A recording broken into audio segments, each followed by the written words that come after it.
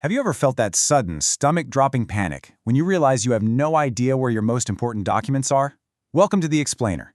Today, we're diving into exactly how you can navigate the local bureaucracy to secure a copy of one of the most critical documents you own, your Fulton County property deed. Seriously, take a second. Do you know where your Fulton County property deed is right this exact moment? It's a surprisingly common homeowner panic. You suddenly need your deed for a mortgage refinance, to settle an estate, or even to proactively protect yourself against title fraud, only to realize you have absolutely no clue where that crucial piece of paper is hiding. So here's our 5-step roadmap to demystify this whole process. We're going to cover the Fulton County deed dilemma, preparing for your search, online or in-person retrieval, breaking down the costs, and finally, common hurdles and fraud protection. Let's kick things off with Section 1, the Fulton County deed dilemma. So what actually is this thing? Well, a deed is a permanent legal document managed by the Clerk of Superior Court, which is currently Shea Alexander in Fulton County, and it officially evidences your ownership of or interest in real estate. Basically, if you're refinancing your home, dealing with a legal dispute, or handling probate, you are absolutely going to need a certified copy of this official document to prove your chain of title. Think of it as the ultimate proof that you own what you say you own, dating all the way back through a chronological chain of transactions. Moving right along to Section 2, preparing for your search. Now, before you go rushing off to the courthouse or firing up your laptop, you need to be prepared. To successfully pull your records, you've got to have at least some of this specific info ready to feed into the county index. You'll need the grantor name, that's the seller or previous owner. You'll need the grantee name, which is the buyer, so usually you. It is also incredibly helpful if you happen to know the exact book and page number where the deed is physically recorded in the county ledgers. And finally, you'll need the tax parcel identification number, commonly known as your PIN. Speaking of that PIN, it turns out there's a recent state mandate you really need to be aware of. Thanks to House Bill 1036, a tax parcel ID is now totally mandatory for Fulton County real property filings. This rule integrates the physical dimensions of the parcel with the legal title, just to make sure everything perfectly matches up in the county's GIS database. So, pro tip, you really should find your PIN using the Fulton County Tax Assessor's online map viewer before you even start your search. Seriously, it's going to make your life so much easier. All right, that brings us to Section 3, online or in-person retrieval. So you actually have two distinct paths here, and choosing between the digital GSCCA portal and a traditional courthouse visit really just depends on your specific needs. The online method uses the e-certification portal, which gives you 24/7 access and, crucially, accepts credit cards.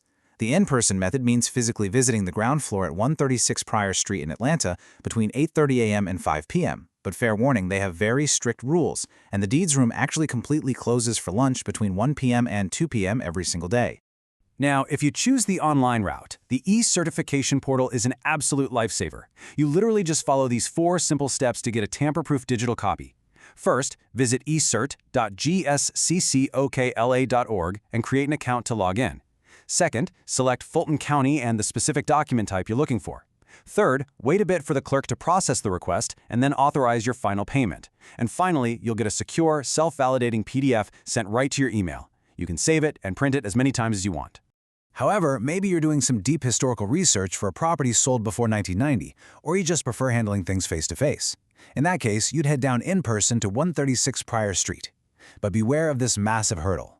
The real estate division absolutely does not accept credit cards, no exceptions. You have to bring cash, a business check, or a money order. Personal out-of-state checks? Nope. Credit cards? Strictly rejected. And trust me, you do not want to wait in line only to be turned away at the register. Let's talk numbers in Section 4, breaking down the costs. I highly recommend grabbing a quick screenshot of this fee schedule so you know exactly what to expect.